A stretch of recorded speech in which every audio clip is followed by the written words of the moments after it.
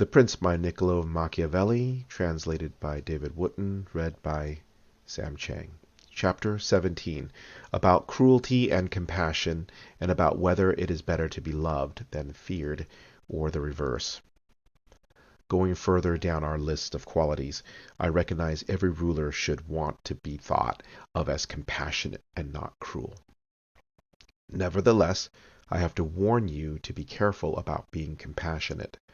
Cesare Borgia was thought of as cruel, but this supposed cruelty of his restored order to the Romagna and united it, rendered it peaceful and law-abiding. If you think about it, you will realize he was, in fact, much more compassionate than the people of Florence, who, in order to avoid being thought cruel, allowed Pistoia to tear itself apart. So a ruler ought not to mind the disgrace of being called cruel if he keeps his subjects peaceful and law-abiding. For it is more compassionate to impose harsh punishments on a few than out of excessive compassion to allow disorder to spread, which leads to murders or looting.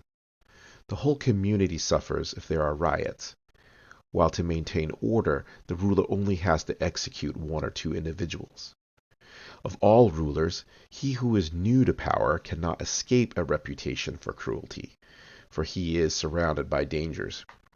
Virgil has Dido say, "Harsh necessity, and the fact my kingdom is new, oblige me to do these things, and to mass my armies on the frontiers."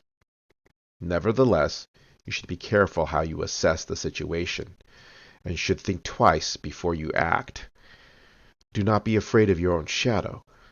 Employ policies that are moderated by prudence and sympathy. Avoid excessive self-confidence, which leads to carelessness, and avoid excessive timidity, which will make you insupportable. This leads us to a question that is in dispute. Is it better to be loved than feared, or vice versa? My reply is one ought to be both loved and feared. But since it is difficult to accomplish both at the same time, I maintain it is much safer to be feared than loved, if you have to do without one of the two. For of men one can, in general, say this: they are ungrateful, fickle, deceptive, and deceiving, avoiders of danger, easy to gain. As long as you serve their interests, they are devoted to you. They promise you their blood, their possessions, their lives, and their children, as I've said before. So long as you seem to have no need of them, but as soon as you need help, they turn against you. Any ruler who relies simply on their promises and makes no other preparations will be destroyed. For you will find that those who support you who do not rally to you because they admire your strength of character and nobility of soul, these are people you pay for, but they are never yours, and in the end you cannot get the benefit of your investment. Men are less nervous of offending someone who makes himself lovable than someone who makes himself frightening. For love attaches men by ties of obligation, which, since men are wicked, they break whenever their interests are at stake. But fear restrains men because they are afraid of punishment, and this fear never leaves them. Still, a ruler should make himself feared in such a way that, if he does not inspire love, at least he does not provoke hatred. For it is perfectly possible to be feared and not hated. You will only be hated if you seize the property or the women of your subjects and citizens. Whenever you have to kill someone, make sure you have a suitable excuse and not an obvious reason. But, above all else, keep your hands off of other people's property. For men are quicker to forget the death of their father than the loss of their inheritance. Moreover, there are always reasons why you might want to seize people's property, and he who begins to live by plundering others will always find an excuse for seizing other people's possessions. But there are fewer reasons for killing people, and one killing need not lead to another. When a ruler is at the head of his army and has a vast number of soldiers under his command, then it is absolutely essential to be prepared to be thought cruel. For it is impossible to keep an army united and ready for action without acquiring a reputation for cruelty. Among the extraordinary accomplishments of Hannibal, we may note one in particular. He commanded a vast army made up of men of many different nations who were fighting far from home. Yet they never mutinied, and they never fell out with one another, either when things were going badly or when things were going well.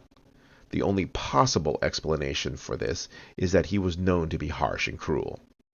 This, together with his numerous virtues, meant his soldiers always regarded him with admiration and fear. Without cruelty, his other virtues would not have done the job. Those who write about Hannibal without thinking things through both admire the loyalty of his troops and criticize the cruelty that was its principal cause. If you doubt my claim that his other virtues would have been insufficient, take the case of Scipio. He was not only unique in his own day, but history does not record anyone his equal. But his army rebelled against him in Spain. The sole cause of this was his excessive leniency, which meant his soldiers had more freedom than is compatible with good military discipline. Fabius Maximus criticized him for this in the Senate and accused him of corrupting the Roman armies. When Lorcre was destroyed by one of his commanders, he did not avenge the deaths of the inhabitants, and he did not punish his officers' insubordination. He was too easygoing. This was so apparent that one of his supporters in the Senate was obliged to excuse him by saying he was no different from many other men who were better at doing their own jobs than at making other people do theirs. In course of time, he remained in command without learning from his mistakes. This aspect of Scipio's character would have destroyed his glorious reputation.